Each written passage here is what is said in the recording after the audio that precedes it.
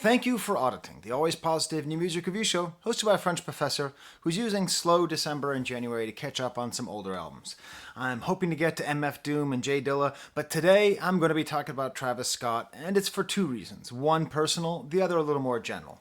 The personal one is tomorrow I am going to go see Travis Scott in Toronto in concert, and I've never listened to Astro World all the way through, so I figured I better do that. I'm going with my kids there in the next room playing Mario Kart. I told them to be quiet, so we'll see if they can play Mario Kart quietly while I record this video.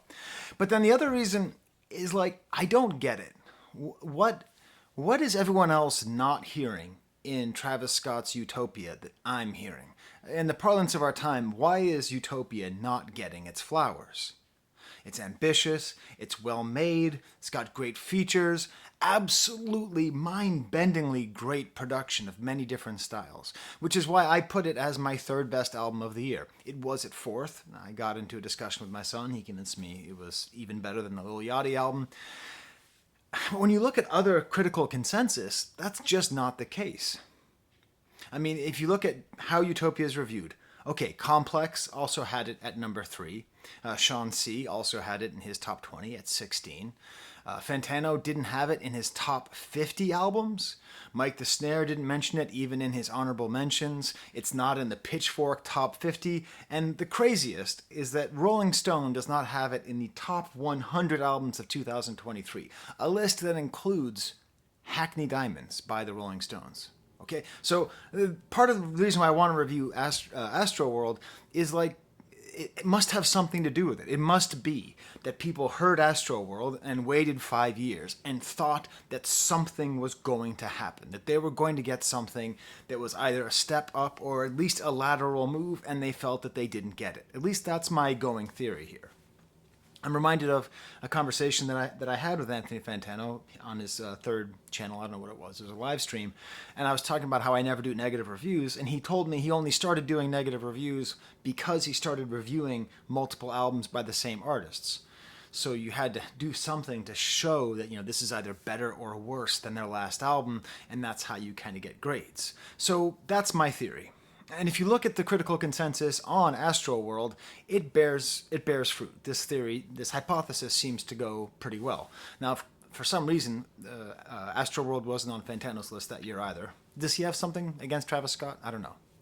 If you look at the aggregator, Metacritic, which takes all the critics together, Utopia gets a total score of 67 and is the 317th top-rated album of the year versus Astro World, which was the 99th top-rated album of the year with a score of 85. Pitchfork said it was the 23rd best album. Rolling Stone thought it was the 6th best album. Sean C. put it at 8. And once again, Complex thinks that it was the 3rd best album of the year. So that's where I got to this question about Astro World. Could it be there's some kind of overrated, underrated thing happening here? Because I think it's pretty undeniable. Undeniable? It's not deniable? Indeniable or undeniable? I don't know. Tell me in the comments which it is. Do you kids know? Is it indeniable or undeniable? Yeah, undeniable. Okay, they know. Ask the kids. It's undeniable that Utopia is underrated, and that will be shown throughout the years. Okay, people are going to come back and going to say, "Oh wait, yeah, no, we were hating too hard." It could be that Utopia is so underrated exclusively because of the negative associations with the Astro World Festival and the people dying. I've spoken on this before. I do not think that he should be held responsible. Travis Scott should not be held responsible, but at the same time, his response leaves a bad taste in your mouth. His apparent lack of care and reaction to the death that happened at his shows, I'm not going to say it wasn't a good look. I'm going to say it left a bad taste in my mouth. It made me feel a distance from him as a human being and therefore as an artist. So maybe that's part of it. But my other hypothesis is maybe it's just that Astro World is such a great, blinding work of genius that Utopia could never live up to it. And then I listened to it and I'm like, well, that can't be. This isn't as good as Utopia. Is Astro World underrated? Clickbait title, clickbait thumbnail. Maybe I'll do the thing with the big eyes, or I'll put a red circle around something for no reason. I'll put a red circle around the Andy Warhol behind me with a question mark. That's the real question. Is Astro World underrated? Now, my history with the album is funny because I started this channel in early September 2018. Astro World came out early August 2018. So I just missed it, right? But as I listened to it, it became very clear that so much of what I've been listening to in mainstream and even some underground rap music was coming from Astro World. I, as you probably know if you watch this channel, give Kanye credit for virtually everything, okay? Like, how did Bach come up with such interesting counterpoint? Well, it's probably because of Kanye was doing it. Okay, like I credit Kanye with everything, but it really if I'm going to say, and I'm not going to give you my verdict until the end, is Astroworld overrated? If it's not overrated, it certainly has to be in its influence. I also like the name itself has become so polluted because it's associated with the festival. I try to come up with a metaphor. If you don't know, 1969, there was a free concert in Altamont, California, put on by the Rolling Stones, where they had the great idea of having weird racist biker gangs as the security. So it turned into chaos and people died, and that was called Altamont. So like, imagine if the 1968 Rolling Stones classic album, Beggar's Banquet, was called Altamont, like years before the tragedy. You know, it would have kind of a weird feeling there. So that's a weird overtone to listen to this album. And of course, I'm a big fan of Defunctland, the Kevin Perjure's YouTube channel about defunct roller coasters and theme parks, and Astroland is one of those. I watched that episode. So I watched the episode before I saw this. My other history with Travis Scott, besides my positive interaction with Utopia, is frustration. So I teach a hip hop class, and I'm trying to keep things current. You know that there's a tendency in academic hip hop circles to basically act like hip hop ended with MF Doom and J Dilla. Like once they left, there was no more hip hop. That was it. That was the end of rap music. That's the way they treat it. I try to do a lot more on Southern rap, especially on Atlanta and on Houston. And so when I was teaching the Houston unit, I'm like, oh, my students love Travis Scott. I'm just gonna just scan through Astro World and find like the real Houstonness. Oh, great, a song called R.I.P. Screw. This is... It wasn't. Like there was nothing that felt like it was really that great apotheosis of Houston rap music. So that's my preconceived notions here.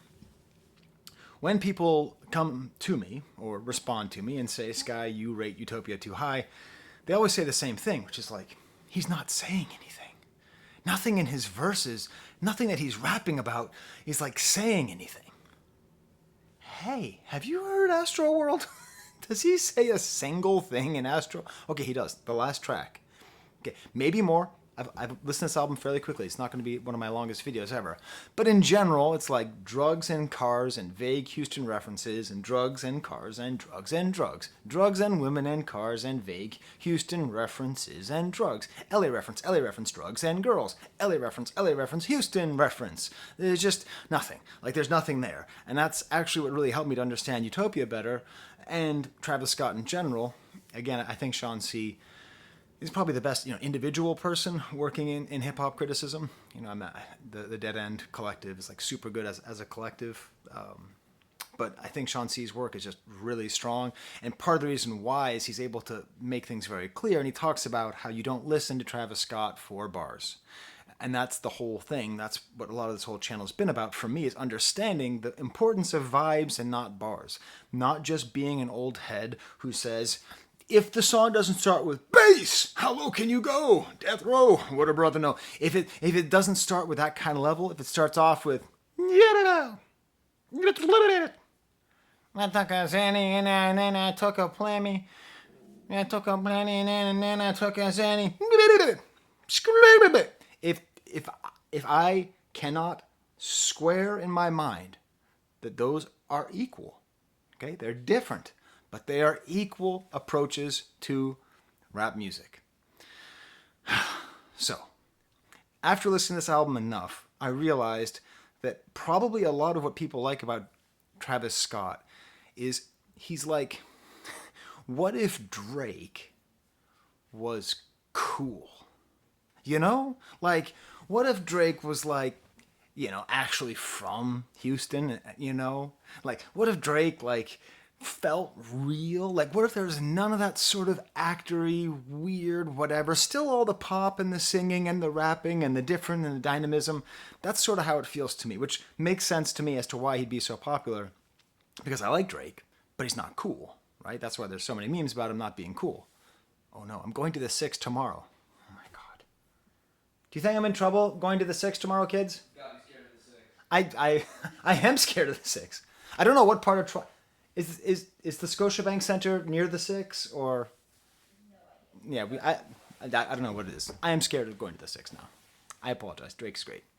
The main thing that I am going to do with this review is admit that it is incomplete, because there's one thing this album has shown me, is that it's definitely an album that grows on you. This is a grower.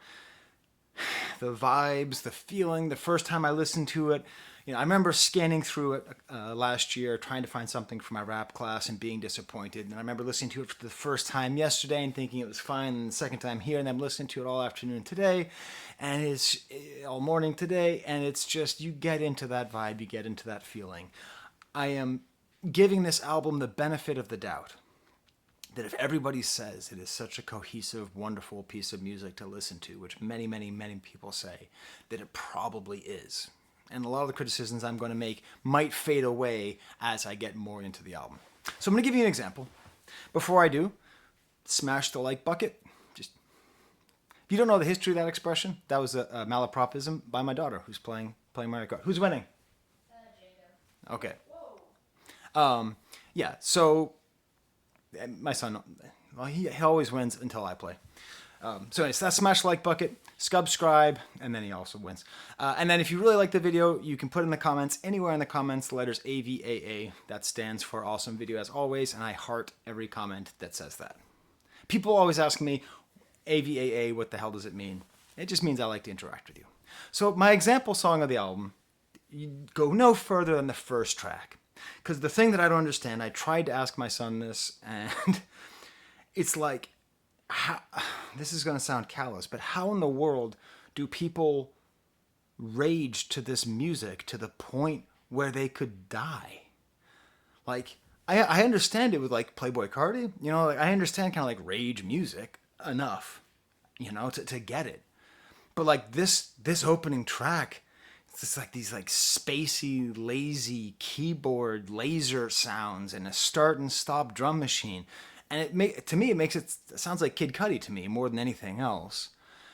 And there's like all these it's like multiple voices, but it's mostly this kind of auto-tune, just gentle singing, and then these ad-libs in the back.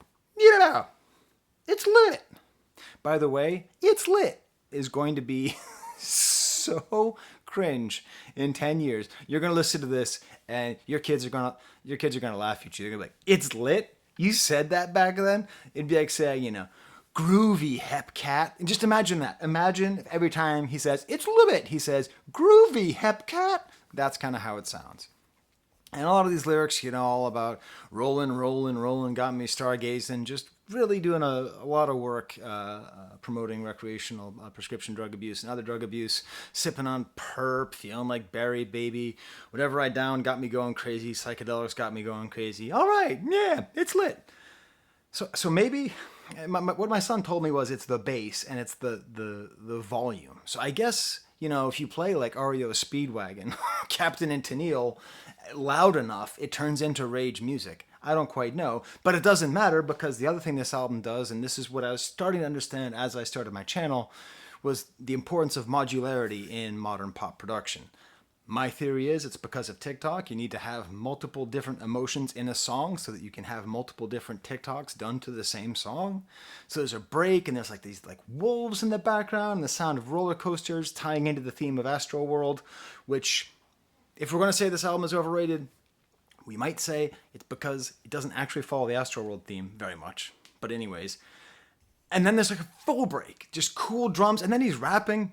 and he's not singing. And this, this must be what makes Travis Scott so great. He was an interesting singer, fun singer. You're into it. You're in this kind of world, and then all of a sudden, I've been up for some days and got time to lay, drawing out the thoughts. I tried all kinds of things. If I take you to my past, you'd be traumatized. Got 1,000 kids outside. They're trying to come alive. 99 took Astro World. That had to relocate.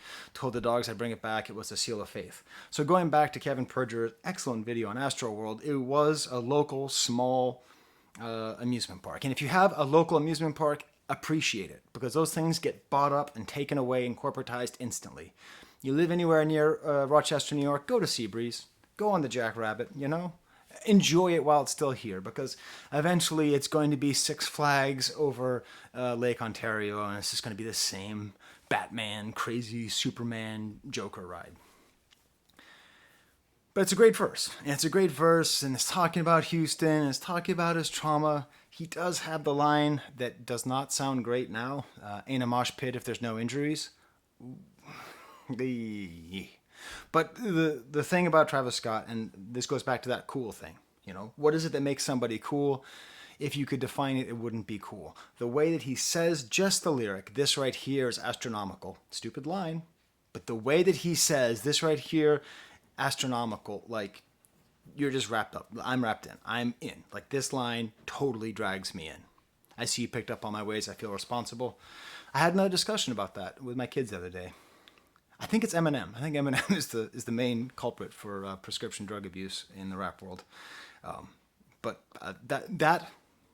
that's just a theory, a professor theory.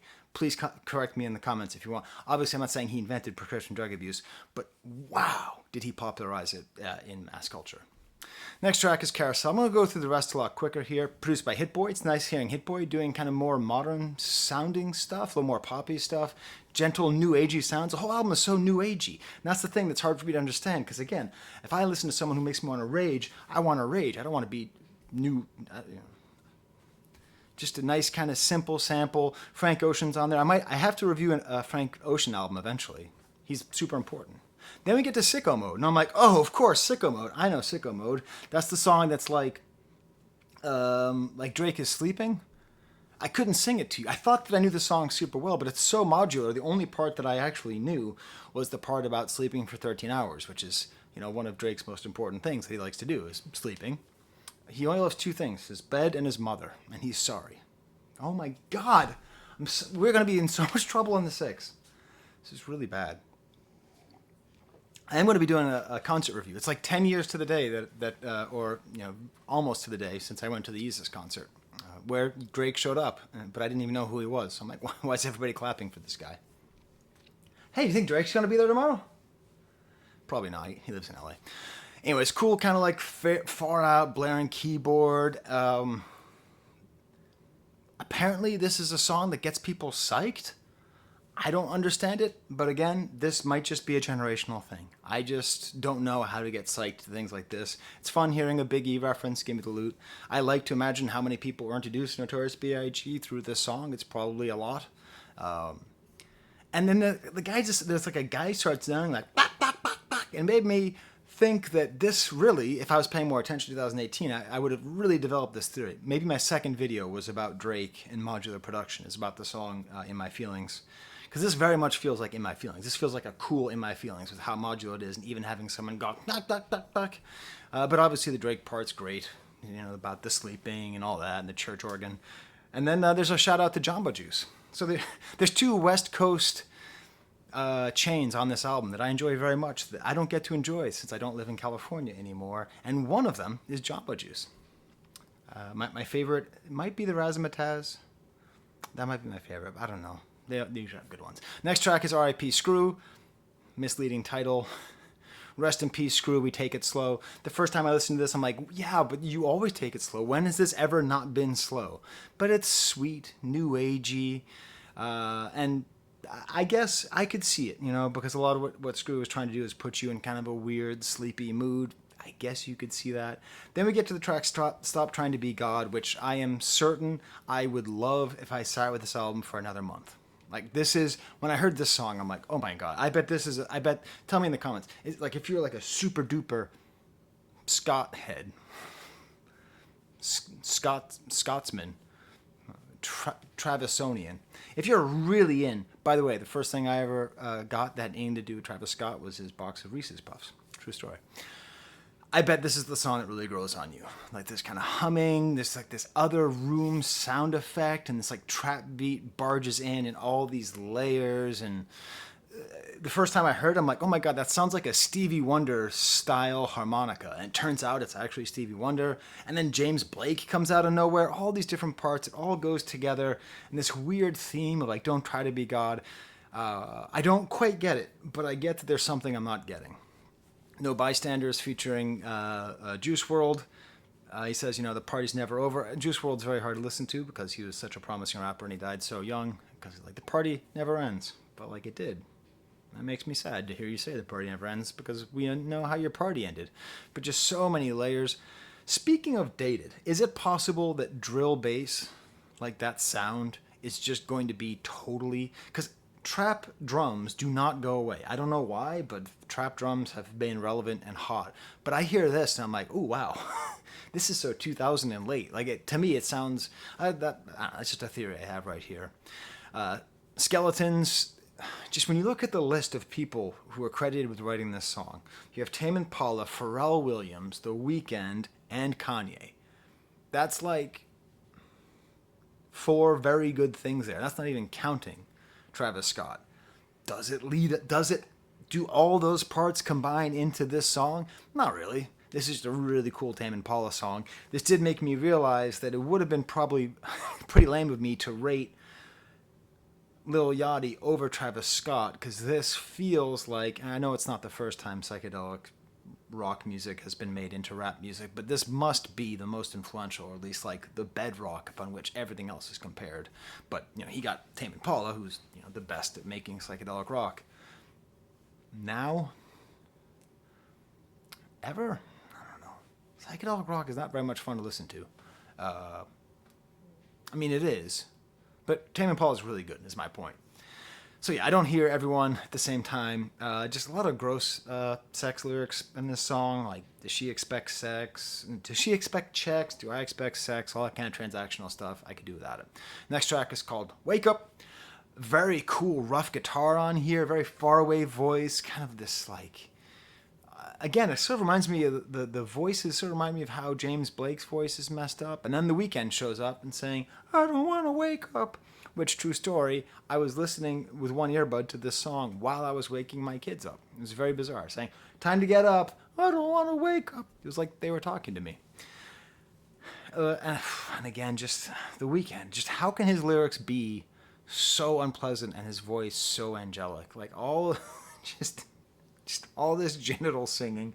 It's like, it really makes me wish that I didn't speak English, Because if I didn't speak English and I just heard The Weeknd, I'd be like, wow. That's so beautiful. What's he singing about? 5% Tint, a very cool low bass. Are those pig sounds in the background? I was reminded of this song that when I listened to that Danny Brown album and Jenna's Terrific Vacation, how my kids figured out between the two of them that it was the same sample that was used on 5% Tint. One of them figured out it was on Instagram. The other knew that it was from Travis Scott, and I was very proud of it, and I mentioned it. And then a lot of people put in the comments, yeah, but that actually comes from Goody Mob. So yeah, it actually comes from Goody Mob. So this is where the old head in me is going to show. I'm like, this is the best beat by far. This is amazing. That's because it sounds the most like a beat that I would be used to. Boom, boom, boom, boom, a great organized confusion style beat, right? It's just that's what I'm used to. But still, it's great. And this like high siren singing that... This album feels like it really delivers on the promise of modular production definitely more than any of the Drake stuff I've ever heard. So many great different parts to the songs and chopped up voice in the back. NC-17 featuring 21 Savage. Ominous bell sounds. Very typical drums there. And what does he say? Oh yeah, 21 Savage says that his diamonds are certified by the GIA, which I think stands for like the Geological Insurance Agency or something. I like that because that's a level of specificity. So a lot of people, when I asked my auditors if they thought this album was overrated, a lot of them thought that it was because the back half was, but I actually really like the back half of this album. Astro Thunder featuring Thundercat, very smooth Thundercat bass, kind of planetarium sounds. Again, it feels more new agey than rap, you know, like Andre 3000. Speaking of the basement in Atlanta, Andre 3000 just came out with that New Age album, and it really makes sense. I'm not saying that he was inspired by Astro World. What I'm saying is, and I've been talking about this a lot, young people these days appear to be just rocketing back and forth between complete chaos and silent meditation. Those appear to be the things, just like overstimulation and chaos and meditation. And maybe that's why this album is so important, because it's like very meditative, but you can also rage to it. Yosemite, another kind of slow jam. Gunna is on here with kind of a triplet flow, which is nice. But every time there's a guest appearance and then Travis comes back on, I realize how much I like his voice. And this is, if you're an old guy like me, it's wild that I can have an opinion about Travis Scott. That, you know, growing up with KRS-One and Rakim, you know, like that I would have an opinion about different new rappers, but he's really great. This song's the most forgettable song on the album. Not a big fan of the whole song, but still, his voice is great. Can't Say, featuring Don Toliver. Very unpleasant pornographic introduction as well. Don Toliver's always quite good. Who? What? Featuring Quavo and Takeoff. This is like... Okay, so talk about a thing I wouldn't expect to say. I think of all the rappers, I think that Quavo and Takeoff are the best guest appearances here. I don't know. I really like their rhymes on here. I like hearing them. I like the way their voice interacts with Travis Scott. I wouldn't think so because I don't always love the Migos, but I really like the way they are with him here. And also, Travis Scott talks about pork rinds. We eat a lot of pork rinds in my house because my wife is from Yugoslavia, and the part of Yugoslavia where she's from, they eat things that are like pork rinds. If you eat meat, you should eat pork rinds. They're delicious. But don't eat too many because you get heartburn. Butterfly Effect. Goddamn. It's Jurassic Park. Did you know that's why you know about the butterfly effect? It's because Michael Crichton wrote the book Jurassic Park and included a character called Dr. Ian Malcolm, that chaos theory and the butterfly effect was popularized in modern culture. It's just annoying. There's nothing in the song, as far as I can tell, about the butterfly effect, and the next track will indicate that he doesn't know what the hell the butterfly effect is. More talking about drugs, M&M's sweet like candy canes. Just could you try, less hard to sell drugs to children? M&M's sweet like candy canes.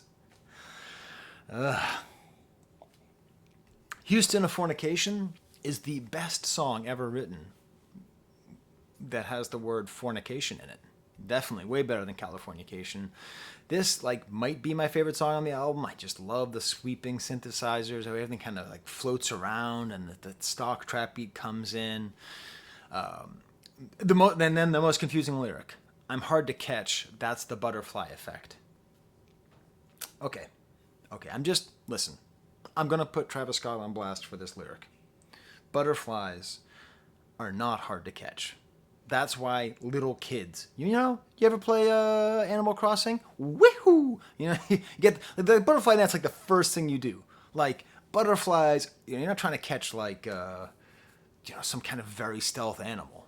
So butterflies are very easy to catch. And then that's the butterfly effect. No, the butterfly effect is that if a butterfly flaps its wings in Indonesia, it's going to rain in Mexico. You can never predict what the outcome of something is going to be. That's the chaos theory. So that is retroactively, that is, I believe, one of the worst rap lyrics of all time, because it doesn't make any sense at all, unless you tell me in the comments what it's supposed to mean.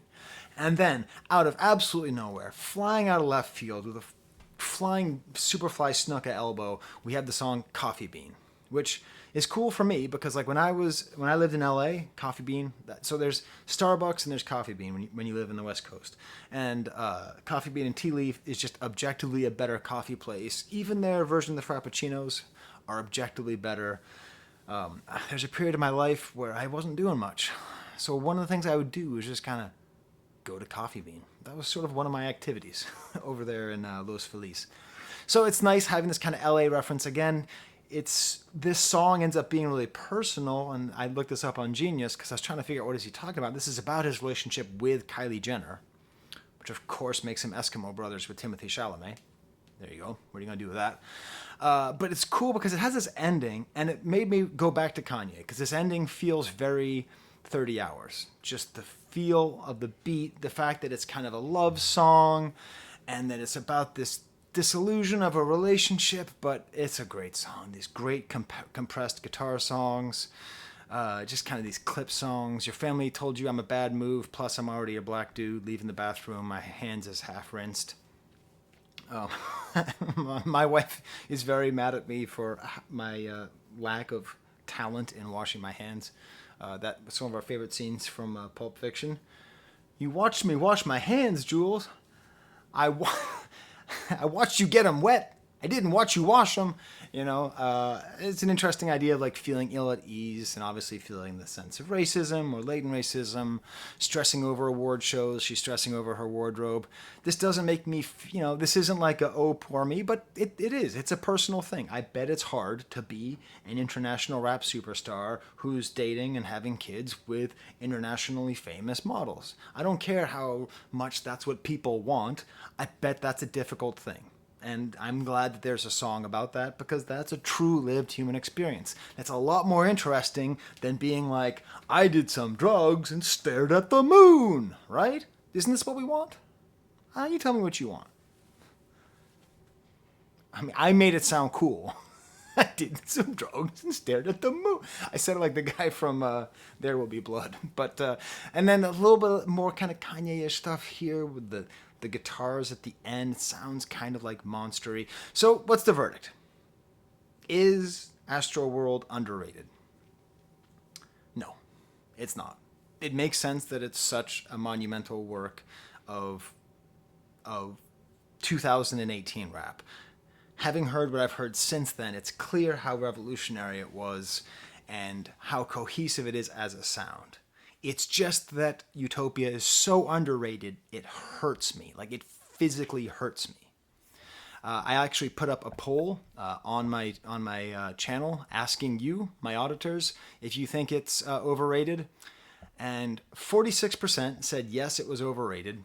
46% said it's properly rated, and then 9% said it's not overrated. Two of those are the same, Sky. What a stupid poll. Point is, 55 to 46, basically. You agree it's not overrated. I do find some of your comments interesting. Someone named Josiah said Utopia was monumental, lived up to the hype, but I still find myself enjoying Astroworld more. The world he crafted in that album has a tangible feel that the rest of the music industry has struggled to recreate. I hear that. Judeo-Osborne, I don't know how you say that, but says that casual fans overrate Astroworld. And I bet that's true. I bet that because it's so wildly popular. Someone named Jones says there's not a single skip. And then someone does think it's overrated. Said it's his weakest album. The songs feel more like ideas than complete songs. And that'll be my final word. If you want to say this album is overrated, it's because that's the idea, I think. I think it's supposed to be ideas that are linked together. It's supposed to be a vibe, but then it's a weird thing because you can feel like every song is the same, but then every song has 3 songs in them. So, like, all right. Anyways, I'm going to go play some Mario Kart. If you don't know, I main as Bowser. I have since Mario Kart 64. And except for the times where I lose, I always win. All right. Till next time, tell me in the comments who's your main in Mario Kart and why should it be Bowser. Don't tell me you're Toad. I have a hard time respecting people who main as Toad. Actually, one of my best friends mains as Toad, but that's tough. If you're a 64 player, you know. I'm the best. No, you're not. You're Toad. Okay. Till next time, there's the camera.